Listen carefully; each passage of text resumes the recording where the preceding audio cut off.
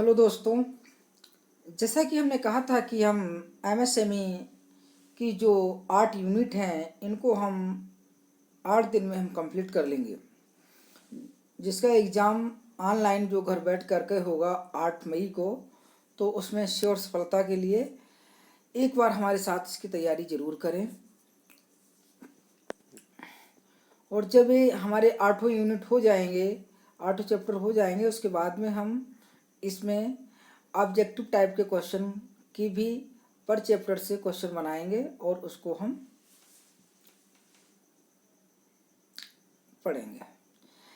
आइए टाइम को ना ख़राब करते हुए सीधे चलते हैं फर्स्ट चैप्टर की तरफ, जो कि इसमें एमएसएमई जो सर्टिफिकेट एग्जामिनेशन है उसका जो फर्स्ट चैप्टर है, सेटिंग ऑफ एमएसएमई। एमएसएमई का मतलब medium small micro small and medium enterprises. इसके ऑब्जेक्ट क्या है, ऑब्जेक्ट के बारे में बात करेंगे तो इसका जो ऑब्जेक्ट है, the objective of the unit are to understand. इस यूनिट को समझने के लिए इसके जो ऑब्जेक्ट हैं वो हैं the evolution of small and medium enterprises, यानी evolution of small and medium enterprises, the definition of small enterprises. यानी हम इस यूनिट में ये पढ़ेंगे कि इसकी इवोल्यूशन क्या है और इसकी डिफिनेशन क्या है एमएसएमई की, और statutory definition of micro small and medium enterprises की जो micro small and medium enterprises है इसकी स्टैट्यूटरी डिफिनेशन क्या है, और categorisation of MSME policy as priority sector by Reserve Bank of India. ठीक है, the form of business organisation that MSME in general choose to adopt gender issue in entrepreneurship development. इसमें ये हम से चीज़ों के लिए पढ़ेंगे। आइए आगे देख लेते हैं कि इसके अगर इंट्रोडक्शन की बात करेंगे तो ये मतलब 1990 के बाद में several changes have occurred in the global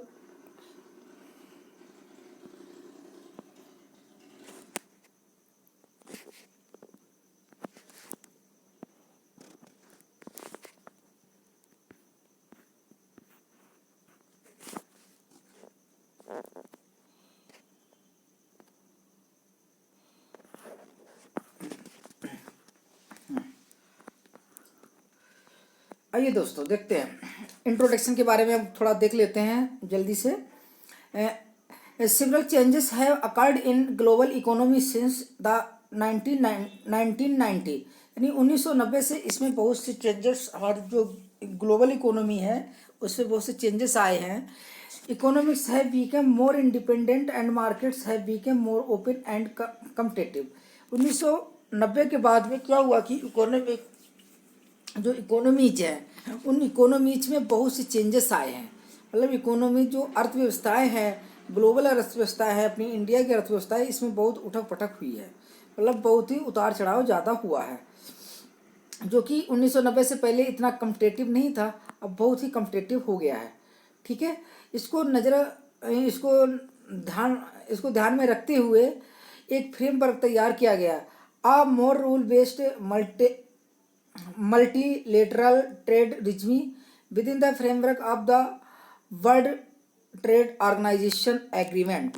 तो उसके बाद में क्या किया गया कि एक ऑर्गेनाइजेशन की स्थापना की गई जो वर्ल्ड ट्रेड ऑर्गेनाइजेशन का रूप में जाना गया, और इसका जो एग्रीमेंट था उस एग्रीमेंट के हिसाब से जो हमारे इंडिया के जो ट्रेड था और जो फॉरेन का ट्रेड था वो इसके तहत मतलब अपना कार्यान्वयन एमएसएमई के तहत होता था।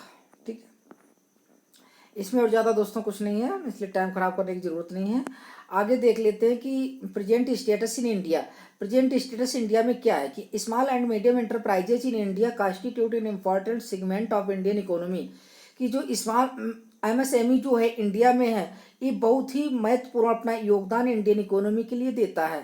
The contribution of MSME alone has been greater than 30% to GDP and 45% to industrial production. इसमें मोर देन 30% GDP में अपना कंट्रीब्यूशन देता है एमएसएमई। जो कि कुछ समय पहले 8% देता था। आगे आइए, आगे देखते हैं। It is also the second largest provider of employment after agriculture. अगर हम एग्रीकल्चर सेगमेंट के बाद में अगर बात करें तो इंडिया में एमएसएमई एक दूसरा बहुत बड़ा एम्प्लॉयमेंट जनरेशन का सेक्टर भी है। ठीक है, यानी अगर हम एग्रीकल्चर के बाद में बात करें कि एग्रीकल्चर में जितने व्यक्ति इन्वॉल्व हैं, उससे दूसरे नंबर पे, उसके दूसरे नंबर पे ये एमएसएमई का आता है। ठीक है, the MSME are the dominate players in some of India's major export sector, namely, मतलब जो इंडिया का जो एमएसएमई है, ये एमएसएमई एक्सपोर्ट सेक्टर में भी मेजर अपनी भूमिका अदा करता है, जिसमें कुछ महत्वपूर्ण आइटम हैं, यानी हम कह सकते हैं महत्वपूर्ण players such as textiles and garments. जैसे कि अगर हम बात करें जो टेक्सटाइल गारमेंट्स का जो हब है, यानी जो क्लस्टर है, वो लुधियाना पंजाब को किया गया है। Leather product, sport goods, James and jewellery, handicraft among others, मतलब मेजर एक्सपोर्ट आइटम है जो कि एमएसएमई के तहत इसमें वो किया गया है। इसके बाद में इन्होंने क्या कहा है कि the enterprises are expected to grow 20% year to year basis with 90% of industrial unit presently belong to the sector. यानी कि जो इंडस्ट्रियल सेक्टर की अगर बात करें तो 90% एमएसएमई से बिलोंग करता है, और इसमें जो आरबीआई ने कहा है कि 20% है वो ईयर ऑन ईयर बेसिस पर इसमें इंक्रीज होगा। ठीक है, आगे देख लेते हैं दोस्तों इसमें और क्या है। अगर हम इसमें नंबर ऑफ इंटरप्राइजेज की बात करें तो 20% हमें पर ईयर इंक्रीज करना है, यानी गवर्नमेंट ऑफ इंडिया का जो आरबीआई का जो इसका मतलब जो आशा करती है हमारी आरबीआई या गवर्नमेंट ऑफ इंडिया जो आशा करती है वो एक करती है कि कम से कम नंबर ऑफ यूनिट जो है, नंबर ऑफ इंटरप्राइजेज जो है वो 20% पर ईयर इंक्रीज होना चाहिए। और अगर फाइनेंस की बात करें तो लोन भी कम से कम 10% इंक्रीज होने चाहिए। ठीक है दोस्तों, चलिए आगे चलते हैं। MSME the evaluation, MSME evaluation के बारे में बात करते हैं। तो इसमें क्या है कि pre independent Indian economy had a wide spread presence of rural industries and artisan mostly depend on the local resource and local markets. क्या था कि भारत आज़ाद होने से पहले जो इंडियन इकोनॉमी जो थी उसका जो रूरल इंडस्ट्रीज और जो कारीगर जो लोग थे वो लोकल रिसोर्स और लोकल मार्केटों पर मतलब डिपेंड करते थे। लेकिन उसके बाद में क्या हुआ कि एक ग्लोबल लेवल मार्केट पर भी इनकी इसका जो मटेरियल था, जो प्रोडक्शन था, उसका एक्सपोर्ट होने लगा और एक ग्लोबल लेवल पर इसने अपने पैर पसार लिए। इसके लिए सबसे पहले कि the industry development and regulation act 1951 में आया। गवर्नमेंट ऑफ इंडिया ने सोचा कि मतलब जब भारत हमारा आज़ाद हो गया उसके बाद में गवर्नमेंट ऑफ इंडिया ने सोचा कि एमएसएमई को कैसे बढ़ावा दिया जाए, तो इसके लिए उन्होंने एक एक्ट का फार्मुलेशन किया। वो एक्ट क्या था कि the industries development and regulation act 1951, यानी एक industrial development and regulation act 1991 की स्थापना की। इसके बाद में फिर धीरे धीरे और भी कई एक वो आए हुए हैं। ठीक है, अब ये आगे और ज़्यादा इतना महत्वपूर्ण नहीं है, इस करके हम इसको स्किप कर देते हैं। लेकिन हम बात करेंगे इसमें कि under the constitution of India development of small scale industry in state subject. उन्होंने कहा है कि जो अगर कॉन्स्टिट्यूशन इंडिया में के तहत जो बात की गई है कि उसमें कहा गया है कि जो स्मॉल स्केल इंडस्ट्री है, यानी स्मॉल स्केल इंडस्ट्री को अब पहले हम स्मॉल स्केल इंडस्ट्री के नाम से जानते थे, जो कि आजकल हम एमएसएमई के नाम से जानने लगे हैं। ये स्टेट सब्जेक्ट है। हाउएवर फिर भी क्या हुआ था, the union government provide the overall policy guideline. फिर भी गवर्नमेंट ऑफ इंडिया ने एक ओवरऑल पॉलिसी के रिगार्डिंग की गई थी। पोस्ट रिफॉर्म पीरियड सिंस 1991, मतलब 1991 के बाद में जब पोस्ट रिफॉर्म हुआ तो उसके बाद में बहुत सी मतलब संस्थाओं को कंस्ट्रक्शन मतलब बहुत सी संस्थाओं को इस्टेब्लिश किया गया। This has also brought the four of the power the state government both the formulation and implementation of the policies. और इसमें बाद में कहा गया कि स्टेट गवर्नमेंट को मतलब पॉलिसी को बनाने और उसको इम्प्लीमेंट करने का अधिकार होगा at the state level. State level पर क्या किया गया है? कमिश्नरेट डायरेक्टरेट ऑफ इंडस्ट्रीज कि commissionerate directorate of industries implement of the state specific policy for promotion and development among others. मतलब स्टेट लेवल पर कमिश्नरेट को की स्थापना की गई। In addition to the DIC, State Finance Corporation, State Industrial Development Corporation and Technical Consultancy Organization इत्यादि ऑर्गेनाइजेशनों की स्थापना की गई। Other state level agency included state small industries development corporation की स्थापना भी की गई है। ठीक है, और इतना ये दोस्तों इम्पोर्टेंट नहीं है, लेकिन फिर भी हम इसमें थोड़ा सा ये देख लेते हैं कि MSME development in manner which made the possible of them कि मतलब इसकी क्या पॉसिबिलिटी हैं। जैसे high contribution to domestic production, मतलब इससे क्या होगा कि हाई कंट्रीब्यूशन डोमेस्टिक प्रोडक्शन का होगा, सिग्निफिकेंट एक्सपोर्ट अर्निंग्स होगी, लो इन्वेस्टमेंट होगा, operational flexibility, location wise mobility, low intensive imports capacities to develop opportunity इत्यादि। ठीक है, at the same time one has to understand the limitations of the MSME which are. मतलब इसके साथ साथ में हमको ये भी देखना है कि जो MSME है उसकी कुछ लिमिटेशंस भी होंगी।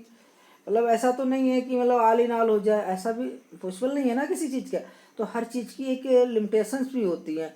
तो MSME की क्या लिमिटेशंस हैं? वो ये है कि लो कैपिटल बेस है, इसमें जो है कैपिटल कम कैपिटल से हम कार्य को शुरू कर सकते हैं। कंसंट्रेशन ऑफ फंक्शन ऑफ 1 और 2%, इसमें एक दो मतलब कम से कम लोगों के फंक्शन पर कंसंट्रेशन किया जाता है। जैसे कि प्रोप्राइटर से फर्म हो गई, पार्टनर से फर्म हो गई, लिमिटेड लाइबिलिटी फर्म हो गई, या private partner public private partnership firm हो गई, है ना। Inability to face impact of WTA regime, मतलब inability to face impact of WTA regime, inadequate contribution toward R&D मतलब research and development, lack of professionalism, मतलब इसमें प्रोफेशनलाइज्म की कमी है। ठीक है, आगे हम चलते हैं। आगे है कि in spite of the these limitations of the MSME have made the significant contribution toward technological development and export. ये लिमिटेशंस होने के बावजूद कि जो MSME ने है उसने काफ़ी डेवलपमेंट किया है टेक्नोलॉजी के क्षेत्र में भी, और उसको टेक्नोलॉजी के डेवलपमेंट एंड एक्सपोर्ट के लिए इसने बहुत सिग्निफिकेंट कंट्रीब्यूशन दिया है। MSME has been established in almost all major sectors in India, industries such as food processing, agriculture input, chemical and pharmaceuticals, engineering, electrical, electronics, electromedical equipment, textile and garments, leather and leather goods, meat product, bioengineering, sport goods, plastic products, computer software etcetera. ये इसमें क्या गया। इसमें दोस्तों एक ध्यान देने की बात है कि जो फूड प्रोसेसिंग है पहले ये एग्रीकल्चर के तहत आता था, लेकिन उसके बाद में इसको मतलब MSME के तहत इसको शामिल किया गया है। ठीक है, आइए आगे। आगे दोस्तों इतना इम्पोर्टेंट नहीं है, इसलिए हम इसको स्किप करेंगे। ठीक है,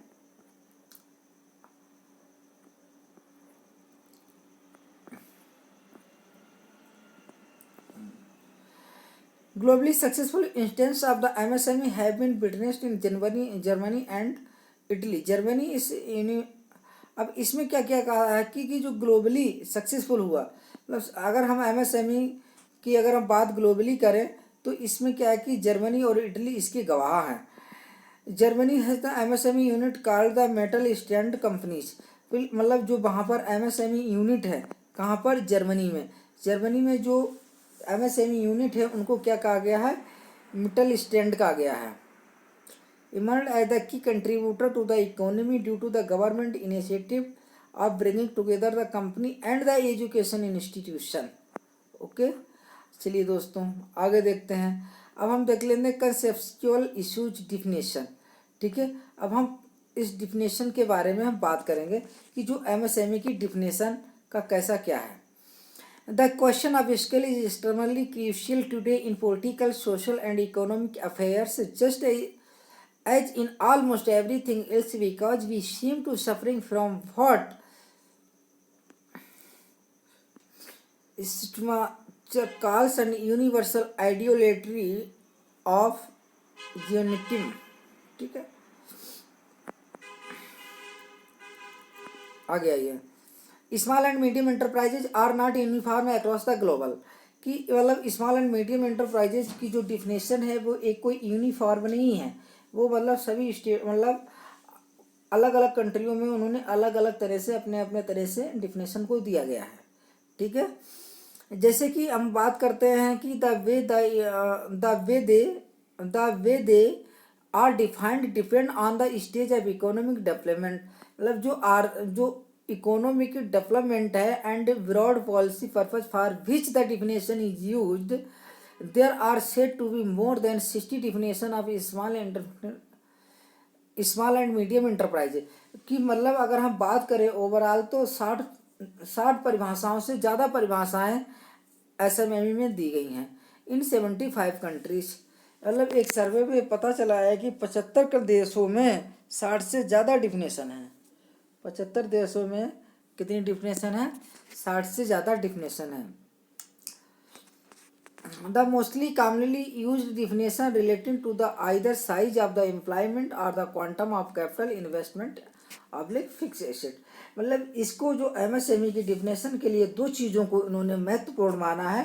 पहला तो ये साइज ऑफ एम्प्लॉयमेंट की, कौन सी यूनिट कितना एम्प्लॉयमेंट कितने लोगों के लिए एम्प्लॉयमेंट दे रही है, और दूसरा कैपिटल मतलब कितनी कैपिटल इसमें इन्वेस्टमेंट हुई है या कितनी इनके पास फिक्स एसेट है, उसके अनुसार उसके अकॉर्डिंग मतलब एसएमई की डिफिनेशन दी गई है।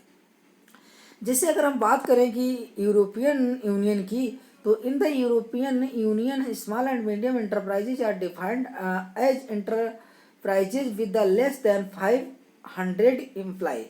उन्होंने कहा है कि एमएसएमई में मतलब अगर मीडियम एंटरप्राइजेज की बात करें तो मीडियम एंटरप्राइजेज में अगर 500 एम्प्लॉइज से कम है तो वो मीडियम एंटरप्राइजेज होगा, स्मॉल एंड यानी एसएमई होगा, स्मॉल एंड मीडियम एंटरप्राइजेज होगा अगर उसके 500 एम्प्लॉय से कम है। सेकंड हैंड अगर हम पोलैंड की बात करें तो पोलैंड ने क्या कहा है कि या small enterprises is defined in term of employment less than 50 worker.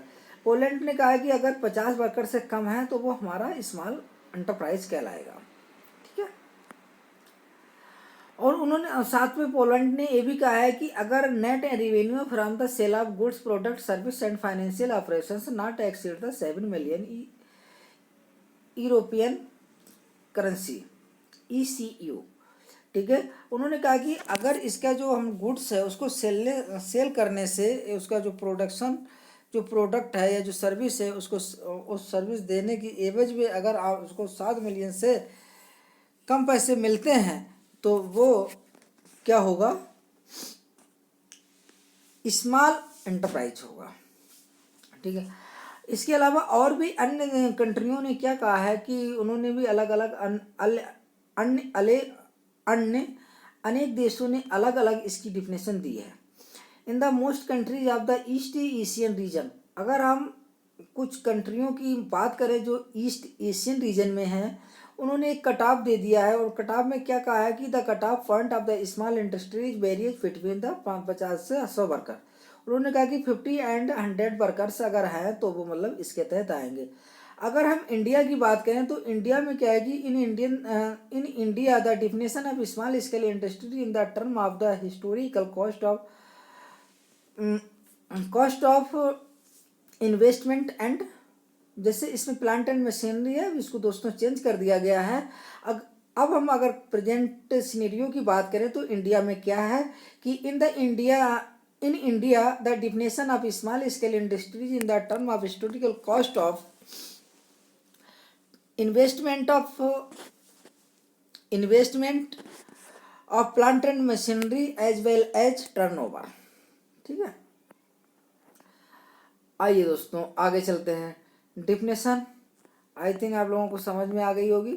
और इस डिफिनेशन को मतलब सबसे पहले जो मतलब एक हमने एक्ट पढ़ा था, उस एक्ट का नाम क्या था, डेवलपमेंट एंड रेगुलेशन एक्ट, जो 1951 में मतलब किया गया था। 1951 में किया गया था डेवलपमेंट एंड रेगुलेशन एक्ट। ठीक है, आइए आगे।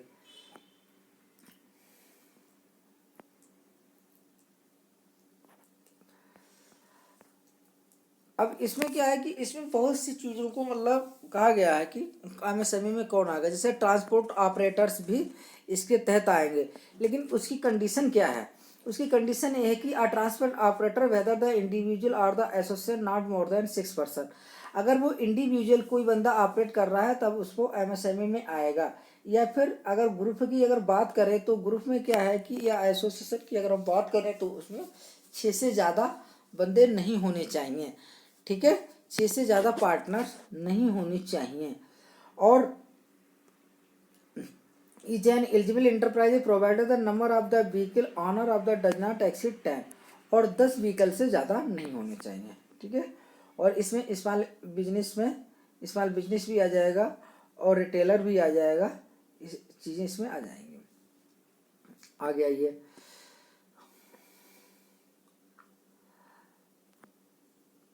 चलिए इसको हम थोड़ा स्किप करते हैं क्योंकि ये इतना इम्पोर्टेंट नहीं है।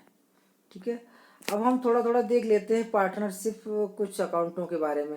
जैसे पार्टनरशिप अकाउंट है, तो पार्टनरशिप अकाउंट क्या है कि partnership firm can be state where the number of partners is more than 2 but less than 20। इसमें इन्होंने कहा है कि अगर 200 ज़्यादा मतलब कम से कम 2 पार्टनर हो और ज़्यादा से ज़्यादा अगर 20 से कम है तो the maximum number of the number the partnership is 10 in case of the firm carrying banking business. ठीक है, इसमें इन्होंने कहा है कि the maximum number of the members that exist in the partnership is 10 in case of banking. अगर अगर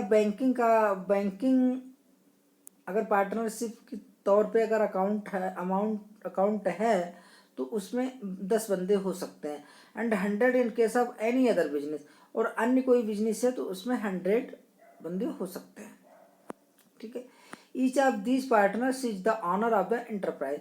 इसमें प्रत्येक जो पार्टनर होगा वो क्या होगा, ऑनर होगा, किसका होगा, इंटरप्राइज का होगा। The relationship is usually governed by the official written document known as the partnership deed. मतलब इसका जो ऑफिशियली डॉक्यूमेंट होगा पार्टनरशिप अकाउंट को रन करने के लिए, यानी पार्टनरशिप अकाउंट में कौन ऑपरेशन करेगी क्या है, तो इसके लिए वो एक पार्टनरशिप डीड देगा। एक पार्टनरशिप डीड एक रिटन डॉक्यूमेंट होता है, यानी एक ऑफिशियल रिटन डॉक्यूमेंट होता है जो पार्टनरों के द्वारा बैंक को प्रोवाइड कराया जाता है। ठीक है दोस्तों, और ज़्यादा तो इसमें कुछ इम्पोर्टेंट है नहीं, इसलिए हम आगे चलते हैं। इसमें मेन एक चीज़ हम ये देख लेते हैं कि the firm of the organisation does not have any better legal status of the proprietary concern. It also get मतलब जैसे कि प्रोप्राइटरी कंसर्न है तो उसमें क्या होता है कि वो डिजोल्व बंद हो जाती है, ख़त्म हो जाती है। उसी तरह से क्या है कि it is also gets dissolved in the event of retirement और डेथ ऑफ एनी पार्टनर। जैसे प्रोप्राइटरशिप फर्म में क्या होता है कि अगर एक बंदे की डेथ हो जाती है तो फिर वो प्रोप्राइटरशिप अकाउंट बंद करना पड़ता है। उसी तरह से क्या है कि जो पार्टनरशिप अकाउंट होता है, पार्टनरशिप फर्म होती है, उसको भी डिजोल्व किया जा सकता है कि अगर कोई भी मतलब पार्टनर का रिटायरमेंट हो जाता है या किसी भी पार्टनर की डेथ हो जाती है और उसको डेथ हो जाने के बाद में उसको डिजोल्व हो जाता है और उसको फिर से तैयार करते हैं, जिसको क्या कहते हैं, रिकॉन्स्टिट्यूशन ऑफ द फर्म। मतलब फिर से जो रिटायर हो गया या जो जिसकी डेथ हो गई उसके जगह पे और कोई पार्टनर लाया गया है या नहीं लाया गया है, तो ये सारी चीज़ें इसमें होती हैं, तो उसको रिकॉन्स्टिट्यूशन फर्म का कर दिया जाता है। आइए दोस्तों आगे हम बात करने की there are no restriction on the borrowing power of the partnership firm. इसमें पार्टनरशिप फर्म की कोई बारोइंग पावर पर रिस्ट्रिक्शन नहीं होता है। The firm need not to be the registered one of the granting advance facility. अगर हम उसको एडवांस फैसिलिटी दे रही है, अगर कोई बैंक दे रही है, तो ये ज़रूरी नहीं है कि अगर हम उसको एडवांस फैसिलिटी दे रहे हैं तो उसका रजिस्ट्रेशन होना अनिवार्य होगा, ये कोई ज़रूरी नहीं है। No partner should be the lessee or the discharge installment. मतलब इसमें एक चीज़ ये ज़रूर है कि कोई भी पार्टनर है वो लियोनेटिक या कोई discharge installment undischarge charged installment नहीं होना चाहिए। And no other partnership firm should be partners to another firm. यानी इसमें ऐसा भी नहीं होना चाहिए कि एक पार्टनरशिप फर्म है, उसका एक पार्टनर है, वो दूसरी फर्म का मेंबर है, मतलब पार्टनर है। कहने का मतलब है no other partnership firm should be a partner in another firm. मतलब अगर कोई एक पार्टनरशिप फर्म है तो वो दूसरी पार्टनरशिप फर्म में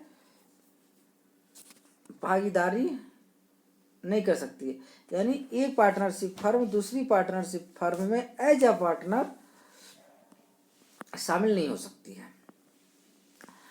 as per section 32 of Indian Partnership Act 1932 की अगर हम बात करें किस सेक्शन की, ये बहुत इंपॉर्टेंट सेक्शन है दोस्तों 32। इसमें क्या कहा गया है, इसमें कहा गया है कि माइनर को हम अगर प्रॉफिट के संदर्भ में हम इसको ऐड कर सकते हैं। As per section 32 of Indian Partnership Act 1932 a minor can be admitted to the benefit of the partnership with the consent of all the partners but he will not be liable for losses for the firm। उसको under section 32 of मतलब 1932 के according एक minor को admit किया जा सकता है, लेकिन अगर उस फर्म में कोई लॉस होता है तो उसके लिए वो लाइबल नहीं होता है। आइए दोस्तों आगे देखते हैं। आगे क्या है कि within 6 months after the attain the majority the minor has been opinion to repudiate his liability as a partner, otherwise he will be held liable as partner of the firm from the date he was admitted for the benefit of the partnership firm। कहने का मतलब ये हुआ कि जब वो major हो जाता है तो मेजर होने के 6 महीने के अंदर अगर वो चाहे तो वो पार्टनरशिप फर्म से यानी एज अ पार्टनर के तौर से अपने आप को अलग कर सकता है। अगर वो अलग नहीं कर सकता है तो वो मान लिया जाएगा कि ऑटोमेटिक मान लिया जाएगा कि वो इंटरेस्टेड है और वो पार्टनरशिप फर्म में एज अ पार्टनर बन जाएगा। और वो जिस दिन से बेनिफिट की तौर पर भी मतलब उसने पार्टिसिपेट किया था एज अ पार्टनर, उसमें शामिल हुआ था, जब से वो लाइबल हो जाएगा। मान लीजिए कि कोई बंदा था 16 साल का था, 16 साल में वह उसने एक फर्म में प्रॉफिट के तौर पे किया, उसने 2 साल तक क्या किया था, प्रॉफिट किया था, प्रॉफिट किया था। लेकिन क्या हुआ कि जब वो 17 साल का हुआ तब उसमें 50 लाख का मान लीजिए लॉस हो गया, 50 लाख का लॉस हो गया। जब अब वो 18 साल का हो गया, 18 साल में अगर वो 6 महीने के अंदर कह देता भाई हमको पार्टनर नहीं बनना है, तो जो 50 लाख का लॉस हुआ था तो वो इससे कवर नहीं किया जाएगा, इससे रिकवर नहीं किया जाए। अगर वो कहता है नहीं हम पार्टनर बनेंगे, तो वो जब 16 साल का था जब से लेकर के आज तक की जो भी लाइबिलिटी अगर फर्म की रही होगी वो देने के लिए ये बाध्य रहेगा। आगे आइए। should not be mentioned as the full-fledged partner and neither he is nor the guardian signature often on the security document। अगर वो माइनर है, अगर कोई लोन किया जा रहा है तो उस पर वो माइनर साइन नहीं करेगा और ना ही माइनर के ब्याह पे कोई भी उसका गार्जियन साइन करेगा। ओके दोस्तों, आगे देखते हैं कि joint stock company can become the partner in a partnership firm and in such cases the bankers need to ensure that they are eligible to become the partner। मतलब joint stock company को भी partnership firm में as a partner क्या रखा जा सकता है, लेकिन बैंक को ये इंश्योर करना पड़ेगा कि क्या वो पार्टनर हो सकता है। Reconstitution of partnership concern account of मतलब रिकॉन्स्टिट्यूशन ऑफ पार्टनरशिप फर्म को कब किया जाएगा, रिकॉन्स्टिट्यूशन पार्टनरशिप फर्म का कब किया जाएगा, वो उसी कंडीशन में किया जाएगा जब अकाउंट ऑफ डेथ और retirement admission of new partner और new partnership deed should be entered into the clearly mentioning the detail the members of the firm are liable individually and similarly for all legal transaction entered into by them. कहने का मतलब है कि जो reconstitution firm का होगा वो कब होगा, जब या तो कोई पार्टनर मर गया हो, या कोई पार्टनर रिटायरमेंट हो गया हो, या कोई नया पार्टनर ऐड किया हुआ, या किसी पार्टनर ने वहां से रिजाइन दिया हो। ठीक है, आगे आइए दोस्तों। In case of the conversion of the partnership firm into the limited company and dissolution deed should be prepared and asset liability of the firm are transfer to the company. अगर कोई partnership firm में ऐसा कुछ dissolution होता है तो उसकी एक डिसोल्यूशन डीड बनेगी और उस डीड को बैंक को ऑब्टेन करना पड़ेगा अगर वो कोई ऑपरेशन कर रहा है तो। ठीक है, आगे दोस्तों हम बात करेंगे, इसमें कंपनी की बात कर लेते हैं। तो being an artificial legal person, company क्या है, कंपनी क्या है कि company is a artificial person, company is a artificial person as per Company Act 1956, but as now the same act is converted into the Company Act 2013। Okay, आइए दोस्तों देखते हैं। Being an artificial legal person the company enjoy the perpetual legal existence, कि एक परफ्यूचुअल होती है, इसमें कोई अगर पार्टनर, कोई भी शेयर होल्डर अगर मर जाता है, डेथ हो जाती है, या कोई चला जाता है, दिवालिया हो जाता है, तो कंपनी पर इसका कोई असर नहीं पड़ता है, कंपनी आगे चलती रहती है।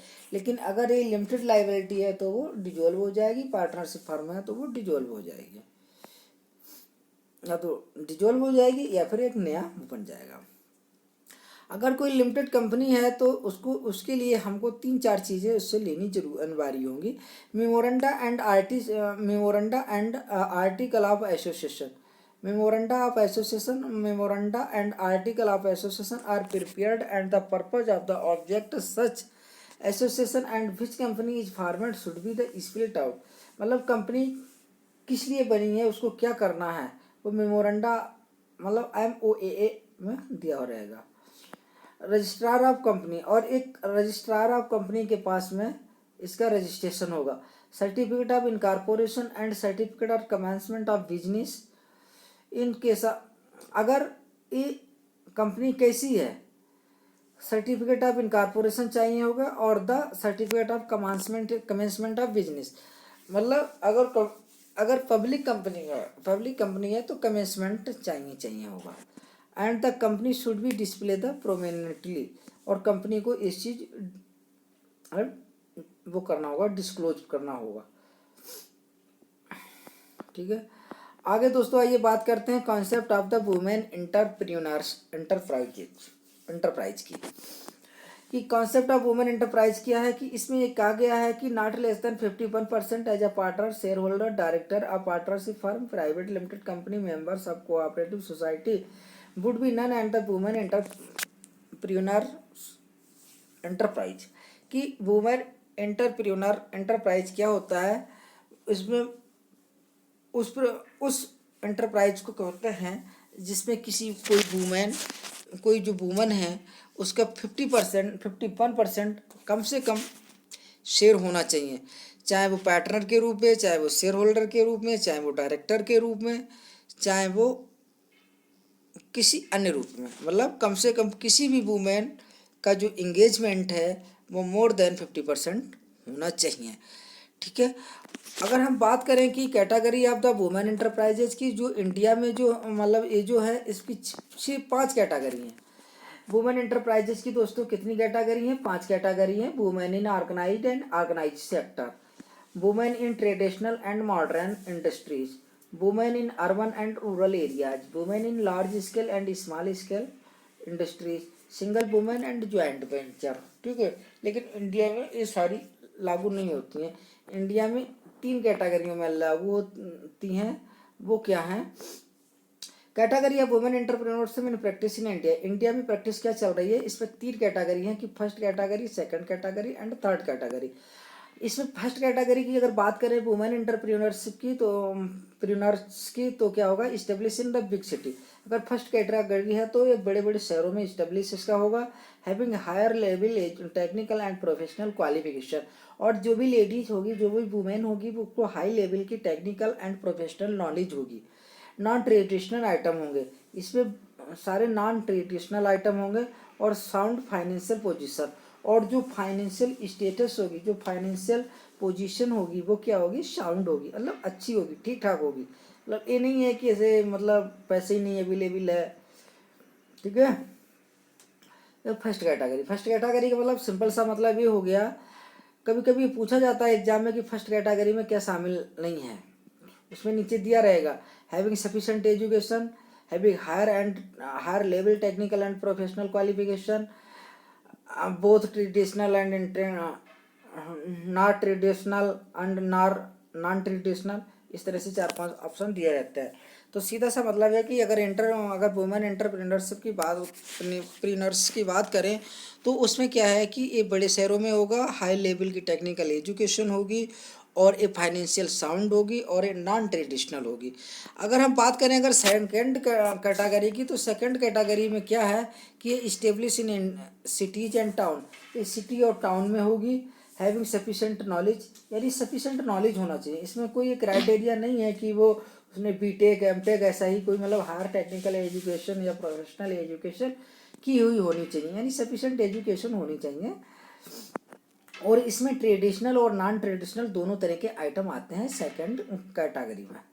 मतलब जो प्रीनर्स की जो सेकंड कैटेगरी है, इसमें मतलब ट्रेडिशनल और नॉन ट्रेडिशनल दोनों आते हैं, जबकि फर्स्ट कैटेगरी में ओनली नॉन ट्रेडिशनल आते हैं।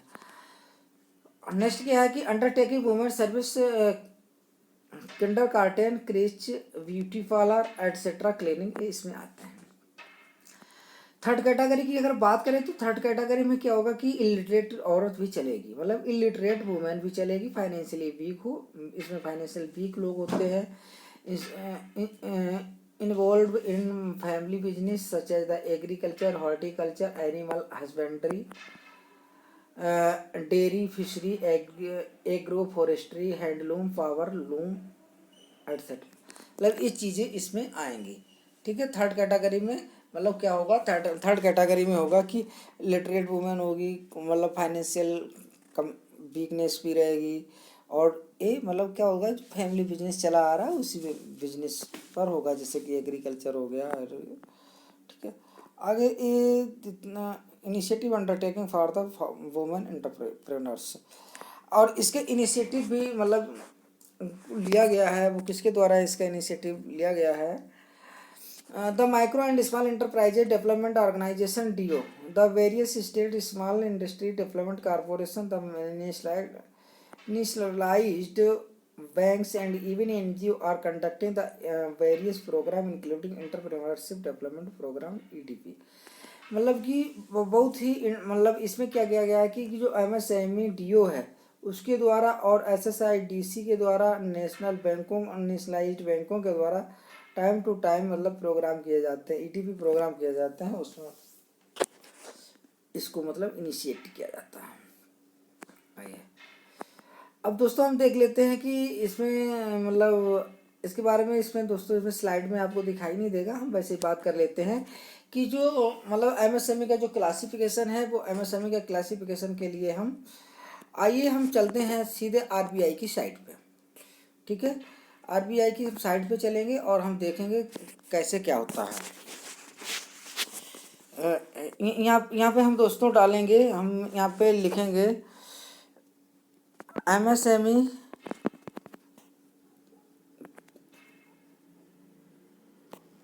क्लासिफिकेशन न्यू, ठीक है।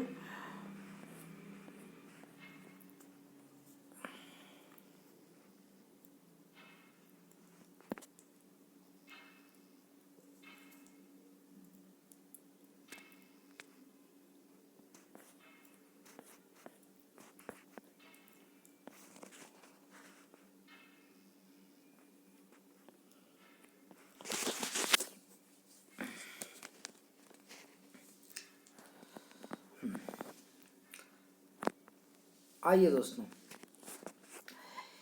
ये जो MSME क्लासिफिकेशन की जो रिवाइज्ड है, revised MSME classification behalf of July 1 2020, 1 जुलाई 2020 से क्या किया है कि MSME का क्लासिफिकेशन को रिवाइज कर दिया गया है, ठीक है। आइए हम देख लेते हैं। पहले तो क्या होता था कि पहले हमारी जो डिफिनेशन थी वो इस हिसाब से थी कि मैन्युफैक्चरिंग के लिए अलग थी और सर्विस सेक्टर के लिए अलग थी, ठीक है। लेकिन अब इसको चेंज करके कर दिया गया है और ये हमारा NA आ गया है, नई वाली डिफिनेशन, ठीक है। अब नई वाली डिफिनेशन में क्या है कि इसमें मैन्युफैक्चरिंग और सर्विस सेक्टर दोनों को एक में कंपोजिट कर दिया गया है। इसीलिए composite criteria investment in plant and machinery equipment and turnover. अब जो कहा गया है कि अब वो इन्वेस्टमेंट प्लांट एंड मशीनरी में क्या इन्वेस्टमेंट है और एनुअल टर्नओवर क्या है कि उसके हिसाब से इसको लिया गया है। अब बात करते हैं, अगर माइक्रो की बात करें तो माइक्रो में क्या है कि इन्वेस्टमेंट, माइक्रो की अगर हम बात करें तो माइक्रो में क्या है, investment in plant and machinery equipment not more then 1 crore and annual turnover not more then 5 crore. कि इसमें क्या है कि 1 करोड़ से ज़्यादा एनुअल इन्वेस्टमेंट वो नहीं होना चाहिए, मतलब प्लांट एंड मशीनरी में जो इन्वेस्टमेंट है वो 1 करोड़ से ज़्यादा नहीं होना चाहिए। अगर वो 1 करोड़ से कम है, ठीक है, अगर वो 1 करोड़ से कम है, 1 करोड़ या 1 करोड़ से कम है, टर्नओवर उसका 5 करोड़ या 5 करोड़ से कम है, तब वो क्या कहलाएगा, माइक्रो में कहलाएगा। अगर हम स्मॉल की बात करें तो स्मॉल में क्या हो जाएगा आपका, स्मॉल में हो जाएगा कि investment in plant and machinery equipment not more than INR 10 crore and annual turnover not more then 50 crore. इसमें क्या है कि अगर प्लांट एंड मशीनरी इक्विपमेंट में जो इन्वेस्टमेंट है वो 10 करोड़ का है और एनुअल टर्नओवर है वो 50 करोड़ का है, ठीक है, तो वो किस में आ जाएगा दोस्तों, स्मॉल में आ जाएगा। अगर हम ये मीडियम में बात करें तो मीडियम में क्या हो गया कि investment in plant and machinery equipment में not more than INR 50 crore, यानी अगर 50 करोड़ से ज़्यादा नहीं है और 50 करोड़ से ज़्यादा नहीं है तो वो क्या कहलाएगा, मीडियम में कहलाएगा। और टर्नओवर 250 करोड़, ठीक है। यानी इसको अगर अब हम थोड़ा सा रिव्यू कर लेते हैं, नहीं तो ऐसे कन्फ्यूजन हो जाएगा। स्मॉल में क्या है, 1 और 5, यानी 1 crore investment in plant and machinery और 5 करोड़ टर्नओवर। दूसरे में क्या है, 10 करोड़ तक इन्वेस्टमेंट और 50 करोड़ तक टर्नओवर। अगर मीडियम में क्या है, 50 करोड़ तक टर्नओवर और 50 करोड़ तक टर्नओवर वो इन्वेस्टमेंट और 250 करोड़ तक टर्नओवर। इसमें दोस्तों एक चीज़ और ध्यान देने की बात यह है कि मान लीजिएगा कि जैसे अगर माइक्रो एंटरप्राइज है और उसका जो इन्वेस्टमेंट जो है प्लांट एंड मशीनरी में वो 2 करोड़ हो गया है, ठीक है, और जो उसका टर्नओवर है, टर्नओवर वो 5 करोड़ है, तो ये किस में आएगा, तब ये दोस्तों माइक्रो में आएगा। क्या ये सही है? नहीं दोस्तों, ये बिल्कुल ठीक नहीं है। अगर इन्वेस्टमेंट और टर्नओवर में दोनों में से जो हायर होगा उस कैटेगरी में ये फॉल करेगा, ठीक है, उस कैटेगरी में ये फॉल करेगा। जैसे हमने एग्जाम्पल के तौर पे मान लिया, अगर प्लांट एंड मशीनरी में इन्वेस्टमेंट कितना है, 2 करोड़ का है और टर्नओवर उसका 5 करोड़ है, तो ये स्मॉल में चला जाएगा, ठीक है। लेकिन अब जैसे स्मॉल में हमने जाने की बात की, अब मान लीजिए 1 करोड़ का इन्वेस्टमेंट है और टर्नओवर 40 करोड़ का है, तो ये किस में जाएगा, स्मॉल में ही रहेगा, तो फिर वो नीचे में नहीं जाएगा, ठीक है। अगर दोनों क्राइटेरिया से, मतलब इन्वेस्टमेंट के और टर्नओवर के दोनों क्राइटेरिया में अगर कोई एक नीचे चला जाता है तो नीचे वाले में वो फॉल नहीं करेगा, अगर ऊपर पड़ जाता है तो नेक्स्ट इंटरप्राइज में चला जाएगा, ठीक है दोस्तों। आई थिंक आप लोगों ने समझ लिया होगा। अब हम चलते हैं फिर अपने टॉपिक की तरफ। अब हम थोड़ा देख लेते हैं इसमें ऑब्जेक्टिव टाइप के question. MSME are important for the nation's economy because they significantly contribute. MSME are important for nations, मतलब MSME किस लिए, मतलब नेशन की इकोनॉमी के लिए मतलब इम्पॉर्टेंट है क्योंकि इनका सिग्निफिकेंट कंट्रीब्यूशन रहता है। किस लिए, इंडस्ट्रियल प्रोडक्शन के लिए, एक्सपोर्ट के लिए, एम्प्लॉयमेंट के लिए या इनोवेशन के लिए, इन चारों के लिए, ठीक है। तो इसमें ऑप्शन कौन सा सही हो जाएगा दोस्तों, ऑल एबव। अब जैसे अगर हम इसमें बात करें, the minimum and maximum number that can exist in the partnership firm, तो मिनिमम पार्टनरशिप फर्म में कितने होते हैं, 2 होते हैं, मैक्सिमम कितने होंगे, 20 होंगे पार्टनरशिप फर्म में, ठीक है। आगे आइए, private limited company has a minimum share holder जो प्राइवेट कंपनी है उसमें मिनिमम शेयर होल्डर 7 होना चाहिए, ठीक है। MSMD एक्ट वाज इनेक्टेड, मतलब MSMED एक्ट जो है medium micro small and medium enterprises development act जो है वो 2006 में इंट्रोड्यूस्ड हुआ था, ठीक है। विच one of the following activity is not included micro small enterprise. Professional person बिल्कुल इसमें आते हैं, प्रोफेशनल पर्सन। स्मॉल बिजनेस बिल्कुल आते हैं, डेयरी नहीं आता है। सेल्फ एम्प्लॉयड पर्सन भी इसमें आते हैं, ठीक है। Direct finance MSME does not include which one of the following, मतलब direct finance to MSME does not include, मतलब सवाल को समझो पहले दोस्तों। Direct finance to MSME does not include which one of the following. Direct finance to MSME does not include which one of the following. Export, Khadi and pledge industries, MFI services. यानी ये तीनों चीज़ें अलग हैं। ये क्या है, मेंबर ऑफ फाइनेंशियल इंस्टीट्यूशन, वो अलग अलग है, ठीक है दोस्तों। अगर ये हमारा वीडियो आपको अच्छा लगा हो तो प्लीज़ लाइक एंड शेयर जरूर करें। धन्यवाद दोस्तों। अगर कोई गलती हुई है तो उसके लिए क्षमा प्रार्थी।